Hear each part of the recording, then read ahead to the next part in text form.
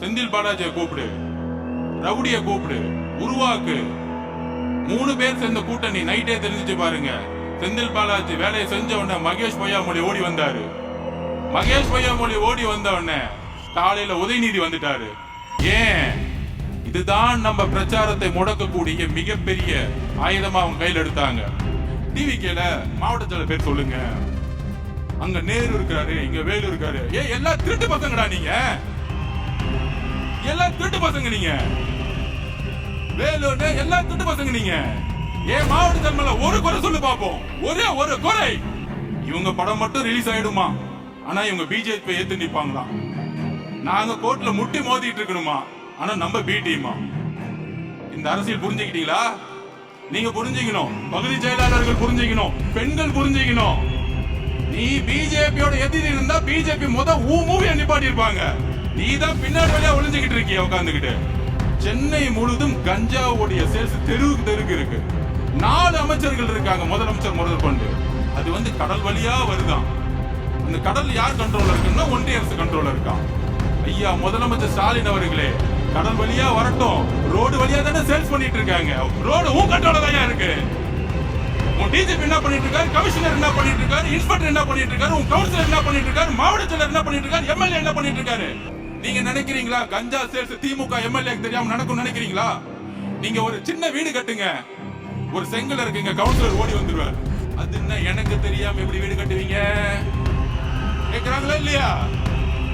ஒரு சின்ன வீடு. திமுக கவுன்சிலர் பத்தி நான் சொல்றேன், எனக்கு தெரியும் அந்த கட்சியை பத்தி. எம்ஜிஆருக்கு அப்புறம் எனக்கு மட்டும் தான் தெரியும். எதுக்கு நீங்க ஹெல்த் டிபார்ட்மெண்ட் வச்சிருக்கீங்க? கஞ்சாவே தமிழ்நாட்டுல இல்லையா? வாயில தான் வந்து இதுக்கு மேல பேசுறீங்க. நான் சொல்றேன், இன்னும் வாயில கெட்டவர்த்த மட்டும் தான் எனக்கு வரல. முதலமைச்சர்களை தவற நினைக்காதீங்க. இன்றையில இருந்து நீங்கள் கோற்று முதலமைச்சர் தான் உங்களை கூப்பிடணும். உங்க பேரு கோற்று முதலமைச்சர். தெய்வத்தால் ஆகாதெனினும் முயற்சிகள் மெய்வருத்த கூடி தரும். கழகத்தின் பொதுச் செயலாளர் அண்ணன் ஆனந்த் அவர்களே, கழக தலைமை நிர்வாக குழு ஒருங்கிணைப்பாளர் அண்ணன் செங்கோட்டையன் அவர்களே, பொருளாளர் வெங்கட்ராமன் அவர்களே, நண்பர் நிர்மல்குமார் அவர்களே, ஸ்ரீதர் அவர்களே, மாவட்ட செயலாளர்கள் அவர்களே, சென்னை முழுவதும் இங்க வந்திருக்கக்கூடிய மாவட்ட செயலாளர், பகுதி செயலாளர்கள், வார்டு செயலாளர்கள், 2026ஆம் ஆண்டின் முதல்வர் எங்கள் தலைவர் அண்ணன் விஜய் அவர்களுக்கு எனது வணக்கத்தை தெரிவித்து,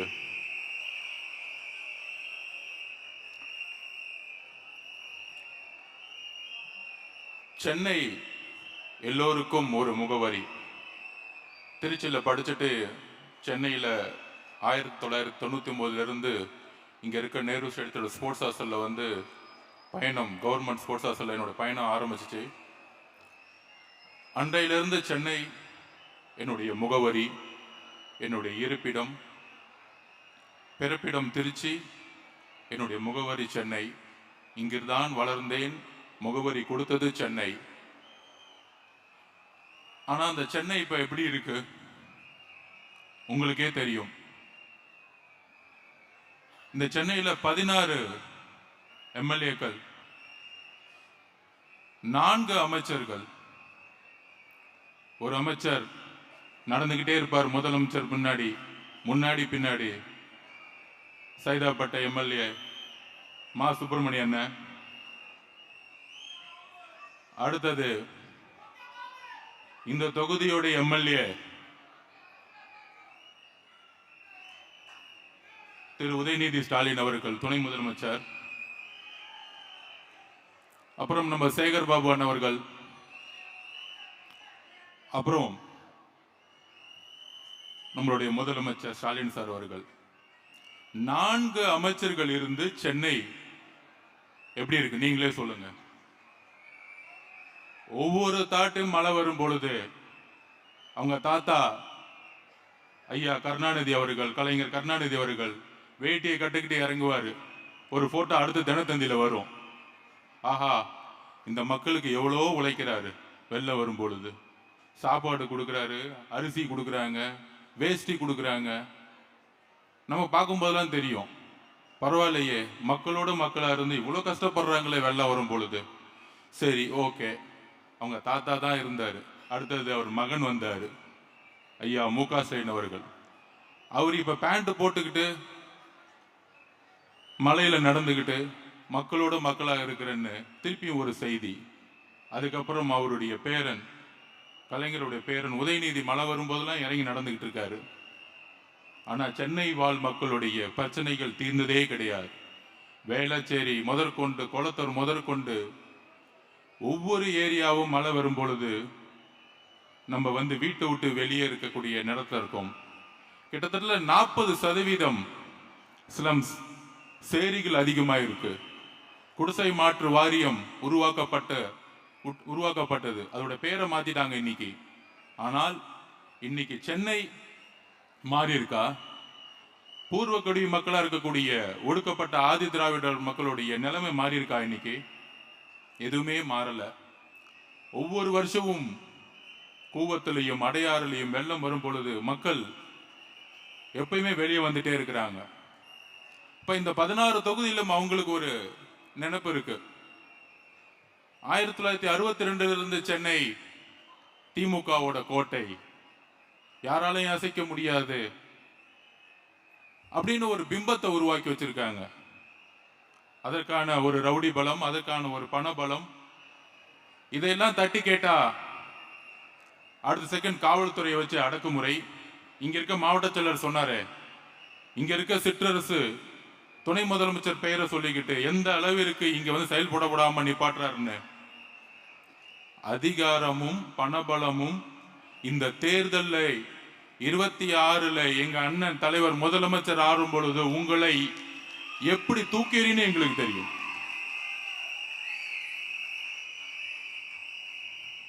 அப்ப எவ்வளவு பிரச்சனைகள் சென்னையில. ஒரு இலவச பேருந்துங்கிறாங்க, சொன்ன டைமுக்கு பஸ் வராது, நம்மளால ஒரு இடத்துல இருந்து இன்னொரு இடத்துக்கு போக முடியாது. இதுல வட சென்னை ஒரு மாதிரியும் சென்னை தென் சென்னை ஒரு மாதிரி இருக்கும், மத்திய சென்னை ஒரு மாதிரி இருக்கும். வட சென்னைக்குள்ள பெரும்பாலும் சேரிகளும் ஸ்லம்ஸ் மட்டும்தான் இருக்கும். அங்க ஒரு முன்னேற்றமும் கிடையாது. ஒரு சரியான மருத்துவமனை இருக்கா? சரியான பள்ளிக்கூடம் இருக்கா? இந்த திமுக வட சென்னை மக்களை எந்த அளவிற்கு தவறா யூஸ் பண்றாங்கன்னு உங்களுக்கு தெரியும். வட சென்னை தென் சென்னையில இருக்கக்கூடிய முன்னேற்றம் ஏன் வட சென்னையில இல்லை? அப்ப இந்த சென்னையோடைய முன்னேற்றம் ஒட்டுமொத்த நிர்வாக சீர்கேடு. ஐயா ஸ்டாலின் அவர்கள் மேயரா இருக்கும்போது சொன்னார், சிங்கப்பூரா மாத்துவேன் அப்படின்னு சொன்னார். மக்கள் நம்மளே மேயராக்குனாங்க. அடுத்து துணை முதலமைச்சர் ஆனார், இல்ல இந்த சென்னையை சிங்கப்பூரா மாக்குவேன்னு சொன்னார். அடுத்தது ஐயா ஸ்டாலின் அவர்களே, இன்னைக்கு நீங்க முதலமைச்சராகவும் ஆயிட்டீங்க. ஆனால் ஒவ்வொரு வருஷமும் மழை வரும் பொழுது கொடையை எடுத்துக்கிட்டு நீங்க மட்டும் வாக்கிங் போயிட்டு ஒரு நடிப்பை மட்டும்தான் கொடுத்துட்டு இருக்கீங்க. ஆனா சென்னை மக்களுடைய வாழ்க்கை மாறினதா வரலாறு கிடையவே கிடையாது. ஆனால் இந்த தேர்தல் சென்னை மக்களுடைய வாழ்க்கையை மாற்றும். நீங்க சொல்றீங்களே பெரிய பெரிய அமைச்சர்கள் இவங்களுக்கெல்லாம் தேர்தல் தெரியும், தேர்தல் வேலை நல்லா செய்ய தெரியும். மாண்புமிகு மாவட்ட செயலர் அவர்களே, எதை பத்தியும் கவலைப்படாதீங்க. தலைவருடைய ஒரு முகம் போதும், தலைவருடைய ஒரு முகம் போதும். அவர்கிட்ட உண்மை இருக்கு. ஒரு 2 நாள் முன்னாடி தலைவர் பேசும் பொழுது இந்த நாடே அதிர்ந்துச்சு. எப்படி அதிர்ந்துச்சு? எடுத்தோடனே ஆரம்பிச்சாரு, 1 மாசமா தலைவர் மேல குற்றச்சாட்டு, அவரு பேசல, அவருக்கு அழுத்தம், அவரு கொஞ்சம் பயந்துட்டாரு, மிரட்டிட்டாங்க, அவ்வளவுதான், சிம்பிள் வராது, தேர்தலை விட்டே போயிடுவாங்க. திமுக எவ்வளோ பெரிய கீழ்த்தரமான பிரச்சாரம் இது. ஒரே ஒரு விஷயத்தை புரிஞ்சுக்கணும், திமுக நம்மளை மட்டும் பார்த்துதான் பயப்படுது. இந்நேரம் 38 டிஸ்ட்ரிக்ட்ல 32 டிஸ்ட்ரிக்ட் தலைவருடைய சுற்றுப்பயணப்படி முடிஞ்சிருக்கணும். ஆனா ஏன் முடியல? தலைவர் எந்த மாவட்டத்துக்கும் போகக்கூடாத ஒரு சூழ்ச்சியை திமுக கரூர்ல உருவாக்குச்சு. அதுதான் திமுகவுடைய சூழ்ச்சி. கரூர் எதனால் ஏற்படுத்தப்பட்டது? திமுகவுடைய முழுக்க முழுக்க சூழ்ச்சி. திருச்சி அரியலூர்ல ஆரம்பிச்சு நாகப்பட்டினம் போய் அப்படியே நாமக்கல்ல வந்து கரூர்ல முடிக்கும் பொழுது திருவாரூருடைய தலைவருடைய கூட்டம் இருக்கு. அன்னைக்குதான் நானே நம்பினேன். கலைஞர் பிறந்த ஊர். கிட்டத்தட்ட எலெக்ஷன்ல நின்னாங்கன்னா 50% ஓட்டு வாங்குவாங்க யார் எம்எல்ஏ நின்னாலும். ஆனால் அந்த மாவட்டத்துல 3 மணி நேரம் ஆச்சு 3 கிலோமீட்டர் கிராஸ் பண்றதுக்கு தலைவர். அதுதான் திருவாரூர் மக்களுடைய அரவணைப்பு. அப்படி ஒவ்வொரு மாவட்டமும் தலைவர் விஜய் அவர்களை அரவணைச்சு. அப்ப இந்த பிரச்சாரம் தொடர்ந்தா என்ன ஆகும்? 32 மாவட்டத்தை நேரம் முடிச்சிருந்தா என்ன ஆகும்? போடு, பிரச்சனையை உருவாக்கு. அதை யாரு ஏற்படுத்தணும்? செந்தில் பாலாஜியை கூப்பிடு, ரவுடியை கூப்பிடு, உருவாக்கு. 3 பேர் சேர்ந்த கூட்டணி. நைட்டே தெரிஞ்சிச்சு பாருங்க. செந்தில் பாலாஜி வேலையை செஞ்ச உடனே மகேஷ் பொய்யாமொழி ஓடி வந்தாரு. மகேஷ் பொய்யாமொழி ஓடி வந்த உடனே காலையில உதயநிதி வந்துட்டாரு. ஏன்? இதுதான் நம்ம பிரச்சாரத்தை முடக்கக்கூடிய மிகப்பெரிய ஆயுதமா அவங்க கையில் எடுத்தாங்க. அந்த பிரச்சாரம் இன்னும் 32 மாவட்டம் நடந்திருந்தா எவ்வளவு பெரிய எழுச்சிகள். ஆனால் அவங்க பண்ணது பெரிய தப்பு என்ன தெரியுமா? தலைவரை டச் பண்ணிட்டாங்க. அந்த கரூர் மக்கள் ஒருத்தர் கூட தலைவரை ஒரு இடத்துல கூட வந்து மனசு வந்து திட்டல. இதுதான் தமிழக மக்களுடைய உணர்ச்சி. உதயநிதி அவர்களே, மகேஷ் பொய்யாமொழி அவர்களே, செந்தில் பாலாஜி அவர்களே, உங்களுடைய 3 பேர் கூட்டணியோடைய சூழ்ச்சி கரூர் மக்களே தூக்கி எறிஞ்சாங்க 30 நாள்ல. அது மிகப்பெரிய பேரன்பா தமிழக மக்கத்துல மாறியது. இந்த திமுக இந்த மாதிரி ஒரு படுபாவித்தனத்தை செஞ்சிருச்சே. பெண்கள் மக்கத்துல மிகப்பெரிய எழுச்சி, ஒரு அன்பு, ஒரு ஆதரவு எங்கிருந்து உருவாச்சுன்னா கரூர்ல இருந்து உருவாச்சு. உங்க சூழ்ச்சியை தூக்கி எறியலாம். ஐயோ அவங்க சூழ்ச்சி பண்ணிருப்பாங்களா அப்படின்னு சில பேர் கேட்பாட்டாங்க. இந்த கரூர் முடிஞ்ச உடனே எஸ்ஓபின்னு ஒண்ணு போட்டிருப்பாங்க, ஒரு சட்டம் போட்டிருப்பாங்க. அந்த சட்டம் பிரிட்டிஷ் கவர்மெண்ட்ல கூட கிடையாது. இந்த சட்டம் என்னத்துமா சொல்லுது? நிகழ்ச்சி ஏற்பாட்டர்கள் பர்மிஷன் வாங்கணும்னா 30 நாளுக்கு முன்னாடி காவல்துறையிட பர்மிஷன் வாங்கணுமா.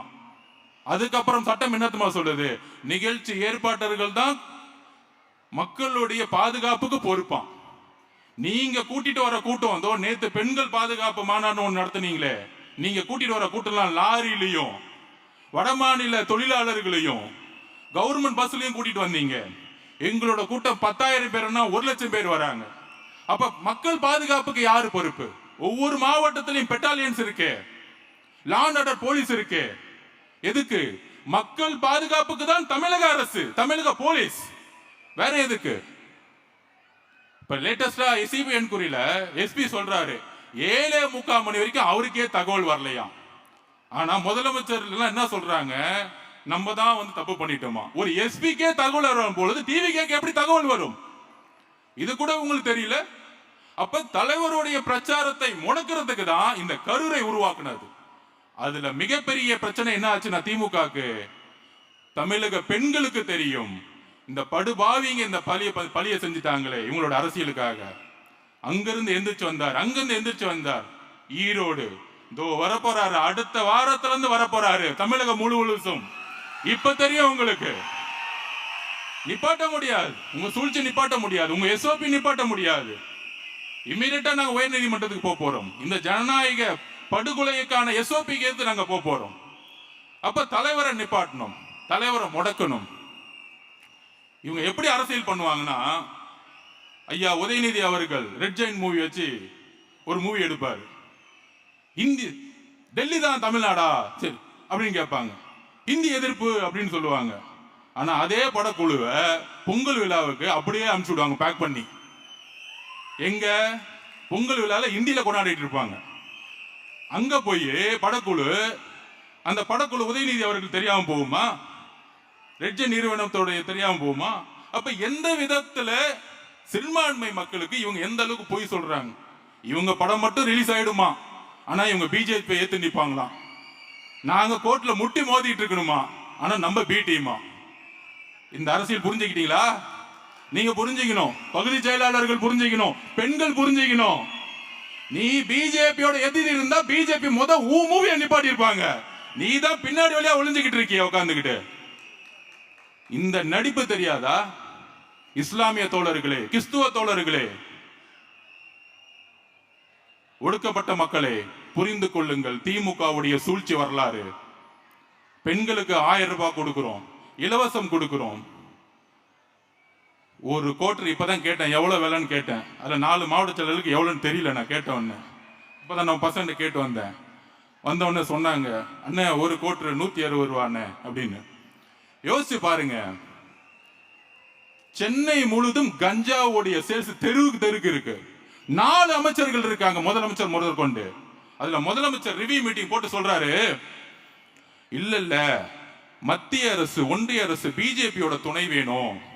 அது கடல் வழியா வருதான். அந்த கடல் யார் கண்ட்ரோல் இருக்குன்னா ஒன்றிய அரசு கண்ட்ரோல் இருக்கான். ஐயா முதலமைச்சர் ஸ்டாலின் அவர்களே, கடல் வழியா வரட்டும், ரோடு வழியா தானே சேல்ஸ் பண்ணிட்டு இருக்காங்க. ரோடு உன் கண்ட்ரோல தான் இருக்கு. உன் டிஜிபி என்ன பண்ணிட்டு இருக்காரு, கமிஷனர் என்ன பண்ணிட்டு இருக்காரு, இன்ஸ்பெக்டர் என்ன பண்ணிட்டு இருக்காரு, உன் கவுன்சிலர் என்ன பண்ணிட்டு இருக்காரு, மாவட்ட செயலர் என்ன பண்ணிட்டு இருக்காரு, எம்எல்ஏ என்ன பண்ணிட்டு இருக்காரு, ஒண்ணும் பண்ணல. கேட்டா ஒரு மீட்டிங் போட்டு கஞ்சா சேல்ஸ் இல்லன்னு இங்க இருக்க மாசு சொல்லிட்டு இருக்காரு. இதுக்கு ஒரு அமைச்சர், அதுல வேற உட்கார்ந்து ஹெல்த் டிபார்ட்மெண்ட். அது கடல் வழியா வருதான். அந்த கடல் யார் கண்ட்ரோல் இருக்குன்னா ஒன்றிய அரசு கண்ட்ரோல் இருக்கான். ஐயா முதலமைச்சர் ஸ்டாலின் அவர்களே, கடல் வழியா வரட்டும், ரோடு வழியா தானே சேல்ஸ் பண்ணிட்டு இருக்காங்க. ரோடு உன் கண்ட்ரோல தான் இருக்கு. உன் டிஜிபி என்ன பண்ணிட்டு இருக்காரு, கமிஷனர் என்ன பண்ணிட்டு இருக்காரு, இன்ஸ்பெக்டர் என்ன பண்ணிட்டு இருக்காரு, உன் கவுன்சிலர் என்ன பண்ணிட்டு இருக்காரு, மாவட்ட செயலர் என்ன பண்ணிட்டு இருக்காரு, எம்எல்ஏ என்ன பண்ணிட்டு இருக்காரு. எதுக்கு நீங்க ஹெல்த் டிபார்ட்மெண்ட் வச்சிருக்கீங்க? கஞ்சாவே தமிழ்நாட்டுல இல்லையா?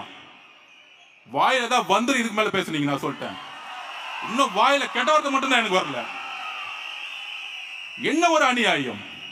15 வயசு பையன், 16 வயசு பையன் கஞ்சாவை ஸ்கூல்ல சேல்ஸ் பண்ணி சாப்பிட்டு இருக்காங்க.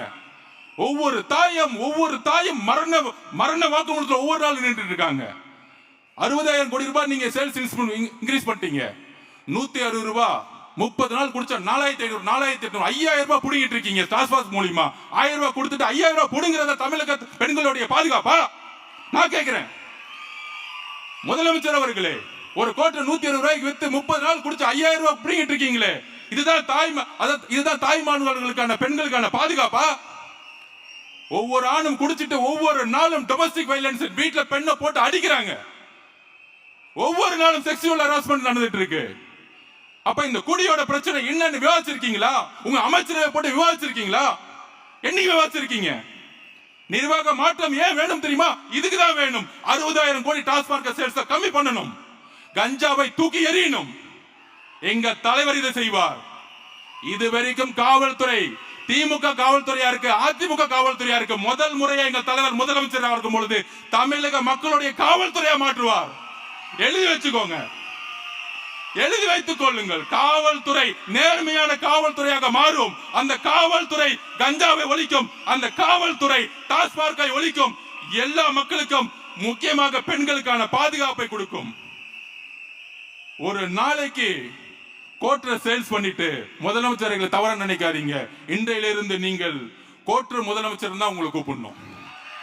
உங்க பேரு கோட்டர் முதலமைச்சர். 60,000 கோடி ரூபாய் வித்த முதலமைச்சர்.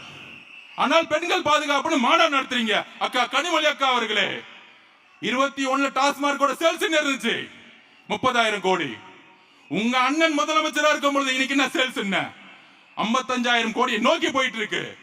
இதுதான் பெண்கள் பாதுகாப்பா? இதுக்கு ஒரு மாநாடா? திருவண்ணாமலையில ஒரு மாநாடு, தஞ்சாவூர்ல மாநாடு, இன்னும் 10 மாநாடு நடத்துங்க. காசு கொடுத்து கூட்டிட்டு வாங்க, பெண்கள் வருவாங்க. ஆனால் நீங்க கூட்டிட்டு வந்த பெண்களே உங்களுக்கு எதிராக ஓட்டு போடுவாங்க. அதை ஞாபகம் வச்சுக்கோங்க. நீங்க 1000 ரூபாய் கொடுங்க, இல்ல அடுத்த மாசம் கரெக்டா நோட்டிபிகேஷன் முன்னாடி இல்ல நாங்க 2,000 ரூபாய் மாத்த போறோம்னு சொல்லுவாங்க. எவ்வளவு வேணா மாத்தட்டும், நம்ம அண்ணன் அதுக்கு மேலுமே கொடுப்பாரு உங்களுக்கு. அதை பத்தி பிரச்சனையே கிடையாது. அதுக்கப்புறம் என்ன பண்ணுவாங்க? இங்க இருக்க அமைச்சர்கள் சேகர் பாபு, அங்க இருக்க செந்தில் பாலாஜி, அங்க இருக்க கே சாரு, இவங்கெல்லாம் பெரிய தேர்தல் விற்பனர்கள். என்ன விற்பனர்கள்? மொத்தமா நம்ம காசே கொள்ளையடிச்சாங்களாம். அந்த கொள்ளையடிச்ச காசை பூத்துல உள்ள ஒவ்வொருத்தர் கரெக்டா 2,000 ரூபாய் கொடுப்பாங்களாம். அப்பா, எவ்வளோ பெரிய தேர்தல்ல மிகப்பெரிய அறிவாளிகள் இவங்கெல்லாம். இவங்கள ஒரு ப்ரொஜெக்ஷன் பண்றாங்க டிவி கேல மாவட்ட செயலர் பேர் சொல்லுங்க. அங்க நேரு இருக்காரு, இங்க வேலு இருக்காரு. எல்லாம் திருட்டு பசங்கடா நீங்க, எல்லாம் திருட்டு பசங்க நீங்க. வேலுன்னு எல்லாம் திருட்டு பசங்க நீங்க. மாவட்ட செயலர் ஒரு குறை சொல்லு பாப்போம், ஒரே ஒரு குறை. 28 வருஷமா நலத்திட்ட உதவிகள் மட்டுமே பண்ணவரையா மாவட்ட செயலாளர். நீங்க சொல்லலாம் அடுக்குமொழியில் அவருக்கு பேச தெரியாது, நீங்க சொல்லலாம் அவங்க ஆட்டோல வரலாம், ஆனால் ஒரு எளிய மக்களை மாவட்ட செயலாளர் ஒரே கட்சி தலைவர் எங்கள் கட்சி தலைவர் விஜய் அவர்கள். இந்த அடுக்கு மொழியில பேசுறது, இந்த தமிழ்ல எதிரி மொழியில பேசுறதெல்லாம் பழைய காலங்க. உண்மையே பேசணும், மனசுல இருந்த உண்மையை பேசுறதான் பேச்சு. உன் பேச்செல்லாம் போயிருச்சு, பழைய காலம் அது. நீ என்ன வேணா உருட்டு, கேட்டா கொள்கை தெரியும் கொள்கை தெரியும். நான் நேத்து கூட பேசினேன், என்னப்பா கொள்கை தெரியும், கொஞ்சம் செந்தில் பாலாஜியை கூப்பிட்டு பெரியாரை பத்தி ஒரு 2 நிமிஷம் பேச சொல்லு. நான் அரசியல் விட்டே போயிடுறேன், நான் ஓப்பனா சொல்ல 2 நிமிஷம் பேச சொல்லு. பேசினா பேசுவாரு. அந்த பூத்துல மொத்தம் 350 குடும்பம், அந்த பூத்துல 2000 ரூபாய் கொடுத்தா எவ்வளவு காசு வேணும், அதுக்கு டாஸ்மார்க்ல 10,000 ரூபாய் 10 ரூபாய் புடுங்க, அதுல இருந்து நான் எடுத்துக்குவேன். அதுல உங்களுக்கு ஃபேமிலி கட்டிங் மினிஸ்டர் தான் உங்ககிட்ட இருக்கிறாங்க, செட்டிங் மினிஸ்டர் தான் உங்ககிட்ட இருக்கிறாங்க. கட்டிங் மினிஸ்டர் செட்டிங் மினிஸ்டர்ஸ் உங்ககிட்ட இருக்கிறாங்க. மாவட்ட செயலாளர் எப்படி இருக்கிறாங்க, எல்லாம் கூட்டு கலவானீங்க. ஆனால் எங்களுடைய மாவட்ட செயலர் நலத்திட்ட உதவிகளை மட்டுமே செஞ்சு வந்தவங்க. நீ எதுல வேணா போ, ரோட்ல நடந்தே பிரச்சாரம் பண்ணி அவங்க ஜெயிப்பாங்க. நீ எதுல வேணா போ, ஓட்டுக்கு 2000 ரூபாய் கொடு 3000 ரூபாய் கொடு, மக்கள் வாங்குவாங்க. தமிழக மக்களை பெண்களை ஒண்ணுதான் சொல்றேன், 2000 ரூபாய் கொடுப்பாங்க 3000 ரூபாய் கொடுப்பாங்க. அடுத்த 15-20 வருஷத்துடைய வாழ்க்கையுடைய தலையத்தை நிர்ணயிக்கக்கூடிய தேர்தல் இது. இன்னொரு முறை திமுக வந்தால் பெண்கள் ரோட்ல நடமாட முடியாது. உண்மையா சொல்றேன், பெண்கள் ரோட்ல நடமாட முடியாது. அந்த அளவுக்கு கஞ்சா சேல்ஸ் இருக்கும். நீங்க நினைக்கிறீங்களா? நீங்க நினைக்கிறீங்களா கஞ்சா சேல்ஸ் திமுக எம்எல்ஏ தெரியாம நடக்கும் நினைக்கிறீங்களா? நீங்க ஒரு சின்ன வீடு கட்டுங்க, ஒரு செங்கல் இருக்குங்க, கவுன்சிலர் ஓடி வந்துருவார். அது என்ன எனக்கு தெரியாம எப்படி வீடு கட்டுவீங்க கேக்குறாங்களா இல்லையா? ஒரு சின்ன வீடு, திமுக கவுன்சிலர் பத்தி நான் சொல்றேன், எனக்கு தெரியும் அந்த கட்சியை பத்தி, எம்ஜிஆருக்கு அப்புறம் எனக்கு மட்டும் தான் தெரியும். அது எப்படி வீடு கட்டுறீங்க, அது எப்படி நீங்க பிளாட் கட்டுறீங்க, அது எப்படி ரோடு போடலாம், கான்ட்ராக்டர் 2% கொடு, ஐயா அமைச்சர் கொடுக்கணும், அமைச்சர் முதலமைச்சர் கொடுக்கணும், இப்படியே போயிட்டு இருக்கு வரிசையா. நீங்க மதுரையில மேயரை அரெஸ்ட் பண்ணாங்க, அவர் ஹஸ்பண்ட. ஏன் தெரியுமா அரெஸ்ட் பண்ணாங்க? நேருக்கே தெரியல, என்னடா நமக்கு தெரியாமல 200 கோடி ரூபாய் அடிச்சிருச்சு, நம்ம கலெக்ஷன் வரலையே, நம்ம கட்டிங் வரலையே, அப்ப தூக்கி அந்தமா போடு. ஏதோ மதுரையில மட்டும்தான் கரப்ஷன் நடந்துட்டு இருக்கான், சென்னையில கரப்ஷனே நடக்கலையா. நம்மளுடைய தூய்மை பணியாளர்கள் கதறாங்க, போராடுறாங்க, தூக்கி எறிறாங்க, நட்டோட்ல நிக்கிறாங்க. ஆனா எதிர்கட்சி தலைவராக இருக்கும்போது என்ன சொல்லுவாரு? ஐயோ பாவம், தூய்மை பணியாளர்கள்லாம் என்னுடைய தங்கை என்னுடைய அக்கா, என்ன நடிவு பாத்தீங்களா? ஆனா அந்த அக்காவை தங்கை தூக்கி போட்டு கூலி படம் பார்த்துட்டு இருப்பாங்க. இதுதான் இவங்களுடைய எமோஷன். எதிர்கட்சியா இருக்கும் பொழுது நடிப்பு, ஆளுங்கட்சியான ஒரு மிதி, இவ்வளவுதான். அப்ப இந்த சென்னை ஏன் பிடிச்சு வச்சிருக்காங்க தெரியுமா? எப்பயுமே சென்னையில 16 தொகுதி தமிழ்நாடு முழுசு நாங்க ஜெயிச்ச மாதிரி அர்த்தம். எழுதி வைத்துக் கொள்ளுங்கள். 2011 எலெக்ஷன் ரிசல்ட் நான் சொல்றேன். எக்மோர் தொகுதியில பருதி எழுதி உங்களுக்கு தெரியும், அவங்க அப்பாவும் ஒரு பெரிய அரசியல்வாதி. அன்னைக்கு சிஎம்டியை கண்ட்ரோல் பண்ண ஒரு மினிஸ்டர், அவர் உங்களுக்கு தெரியும். 15-20 கோடி ரூபாய் அப்ப செலவு பண்ணார். அதை எதிர்த்து ஜெயிச்சவர் தேசிய முற்போக்கு கழகத்தோட விஜயகாந்த் அண்ணன் கட்சியோடைய ஒரு சைக்கிள், சாதாரண சைக்கிள் ஷாப் வச்சிட்டு இருந்தவர். எப்படி அன்னைக்கு பணம் தூக்கி எறியப்பட்டதோ, அன்னைக்கு 2014 எல்லா ஆட்சியும் இருந்துச்சு, central government power, state, panchayat எல்லாமே கண்ட்ரோல் இருந்துச்சு. ஆனா 2014 தூக்கி எறிஞ்சாங்க மக்கள். ஏன்னா மக்களுக்கு தெரியும் ஒரு உண்மையான தலைவர் வேணும். அன்னைக்கு தலைவர் டிக்ளேர் பண்ணிட்டார், இல்ல தனியா, அது என்ன உடனே 4 நாள் டிபேட், அது எப்படிங்க தனியா போய் ஜெயிப்பாரு? இதே தாண்டா 2014 ஜெயலலிதா பார்த்து சொன்னீங்க. அந்த அம்மா ஜெயிக்கவே ஜெயிக்காதுங்க. அந்த அம்மா என்னங்க 4 பொதுக்கூட்டத்துக்கு போயிட்டாங்க. ஒரே ஒரு விஷயத்தை பதிவு பண்ணிக்கிறேன், நீங்க 10 பேர் சேர்ந்துக்கலாம், ஆனால் ஒரு தலைமையோடைய முகம் வேண்டும். நீங்க எந்த கூட்டணி வேணா சேர்ந்துக்கலாம், டெல்லியை கூப்பிட்டுக்கோங்க, இங்க கூப்பிட்டுக்கோங்க, அங்க கூப்பிட்டுக்கோங்க, பழைய மினிஸ்டர் கூப்பிட்டுக்கோங்க, முதலமைச்சர் கூப்பிட்டுக்கோங்க, எல்லாத்தையும் கூப்பிட்டுக்கோங்க. ஆனால் ஒரு தலைமை வேண்டும். தலைமை இல்லாத எந்த கூட்டணி மக்கள் ஆதரிச்சத வரலாறே கிடையாது. எம்ஜிஆரை விரும்பினது அவருடைய தலைமைக்கு. தலைவர் சொல்லக்கூடிய 234 கேண்டிடேட்டும் அவருடைய முகம். அவர் முதலமைச்சரா வரணும் தான் ஓட்டு போட போறாங்க. இங்க இவர் வரணும் அவர் வரணும் கிடையாது. தமிழக மக்கள் ரெடி ஆயிட்டாங்க, நீங்கள் உறுதியாக. சென்னையில தான் அதிகமான கஞ்சா சேல்ஸ். ஆனா இங்க இருக்க ஹெல்த் மினிஸ்டர் சொல்லுவாரு ஒண்ணுமே நடக்கல. அப்ப எந்த அளவுக்கு செய்தியை அவங்க மறைக்கிறாங்க. அவங்களுடைய வேலையை என்ன தெரியுங்களா? செய்தித்துறையை வச்சுக்கிட்டு எல்லா செய்தி சேனலும் வாங்கிட்டாங்க, யூடியூப் எல்லாம் வாங்கிட்டாங்க. நீங்க எதை பாக்குறீங்களோ நம்ம நினைச்சுக்கோ, நமக்கே ஒரு பிரச்சனை வந்துடும். ஐயோ இப்படி சொல்றாங்களே அப்படி சொல்றாங்களே. தயவு செஞ்சு எதையும் நம்பாதீங்க. தலைவர் பேசுறது 5 கோடி பேருக்கு ரீச் ஆகுது. நான் அன்னைக்கே சொன்னேன், முதலமைச்சர் மொழிபோர் தியாகிகளை பத்தி பேச போறாரு, யூடியூப்பை பாருங்கன்னு. நான் பார்த்துட்டு இருக்கேன். நான் சொன்னது 600 பேர், அன்னைக்கு பார்த்துட்டு 320 பேர். அவ்வளவுதான் மக்களுடைய கமிட்மெண்ட். அவ்வளவுதான். ஒரு முதலமைச்சர் பேசுனா கமிட்மெண்ட் இல்ல, யாரும் பார்க்கறது தயாரா கிடையாது. ஆனால் ஒரு பெரிய பிம்பம், இது பெரிய கூட்டணி, இந்த கூட்டணி யாராலும் உடைக்க முடியாது. இல்லை, 3 முறை உங்களுக்கு வாய்ப்பு கொடுத்துட்டாங்க. 3 முறை வரலாற்றில் வாய்ப்பை உருவாக்கிய கட்சிகள் அடுத்த எலெக்ஷன்ல படுதோல்வி அடைஞ்சிருக்காங்க. இது வரலாறு. இந்த வரலாறு புரிஞ்சுக்கும். அதுக்கப்புறம் இன்னொரு வரலாறு சொல்லிடுறேன். எந்த காலத்திலையும் திமுக 2வது முறை ஜெயிச்சதே கிடையாது. ஏதோ ஒரு பிரச்சனை வந்துடும். கலைஞர் ஐயாவுக்கும் சரி, அவர் இருக்கும்போது சரி, ஏதோ ஒரு பிரச்சனை வரும். அப்படி ஸ்டாலின் ஐயா வந்து சந்தோஷமா ஆப்போசிட்ல யாருமே இல்ல, நம்ம பசங்க கொஞ்ச நாளா வந்து 2 நாளா வந்து ஏடிஎம்கே அட்டாக் பண்ணிட்டு இருக்காங்க. தயவு செஞ்சு வேண்டாம். ஃபைனல்ஸ் வந்துட்டோம்.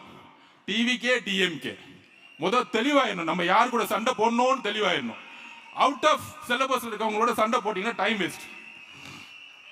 ஆளாளுக்கு என்ன பேசிட்டே போட்டோம். ஒன்லி நம்ம டார்கெட் தலைவர் சொன்ன மாதிரி டிஎம்கே டிஎம்கே டிஎம்கே, வேற எந்த டார்கெட்டும் கிடையாது. நம்ம சும்மா போய் நம்ம சோசியல் மீடியா வாரியா சொல்லி அவங்களுக்கு பதில் கொடுத்துட்டு இவங்க பதில் கொடுத்துட்டு அவங்க ஒரு 4 வருஷமா காணோம், எங்க இருக்காங்கன்னே தெரியல, சோசியல் மீடியால எங்க இருக்காங்கன்னே தெரியல. நம்ம பதில் கொடுத்து தேவையில்லாம எதுக்கு லைவ் நைட் கொண்டு வரணும்? ஏடிஎம்கே ஆல்ரெடி காணாம போயிடுச்சு. ஏடிஎம்கே தலைமை மேலே மக்களுக்கு நம்பிக்கை இல்லாத பொழுது அந்த தலைமை உருவாக்கக்கூடிய 10 பேரை நம்ம நம்பி நம்ம திட்டி நம்ம என்ன பண்ண போறோம்? அவ்வளவுதான் எலெக்ஷன் ஸ்ட்ராட்டஜி. அவ்வளவுதான். அவங்களுக்கு நம்ம என்ன பண்ண போறோம் சொல்லுங்க. அப்ப நம்ம சோசியல் மீடியா வாரியர்ஸ் தோழர்கள் ஒண்ணு சொல்றேன், ஃபோக்கஸ் டிஎம்கே. அவன் நம்ம 2 பேர் சண்டை போட்டுட்டு ஜாலியா உட்கார்ந்துட்டு இருக்கான். கிடையாது. நம்மளுடைய ஃபோக்கஸ் டிஎம்கே. அவங்களுடைய தவறு ஒவ்வொரு தறியிலும் இன்னைக்கு கஞ்சா சேல்ஸ் யார் எந்த ஆட்சியில் நடக்குது? இந்த ஆட்சியில் நடக்குது. எந்த ஆட்சியில ஊழல் நடந்துட்டு இருக்கு? இந்த ஆட்சியில நடந்து. 2026 திமுகவை தூக்கி எறியக்கூடிய நாள். நமக்கு தனிப்பட்ட முறையில் யாரு மேலேயும் வந்து பகை கிடையாது. இந்த நிர்வாகத்தை தூக்கி எறியணும், ஒரு நல்ல ஆட்சியை உருவாக்கணும். தலைவர் அவர்கள் ஒட்டுமொத்த நிர்வாகத்தை எப்படி காமராஜர் நேர்மையாக உருவாக்கினாரோ, எப்படி அண்ணா ஒரு கொள்கை ரீதியான ஆட்சியை உருவாக்கினாரோ, அதற்கப்புறம் நம்ம தலைவர் அதை உருவாக்குவார் என்கிறதை நம்ம நம்புவோம், உறுதியா நம்புவோம்.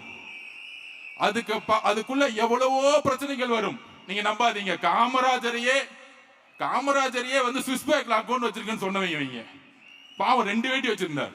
அப்ப நீங்க யோசிச்சு பாருங்க, எவ்வளவு விதத்துல நம்ம மேல வந்து பழிகள் சொல்லும், தலைவர் அட்டாக் பண்ணுவாங்க, அப்புறம் என்ன விட்டு வைக்க மாட்டாங்க. எப்பெல்லாம் ஸ்டேஜ் விட்டாருங்கன்னா அப்பெல்லாம் திட்டிட்டு இருப்பாங்க.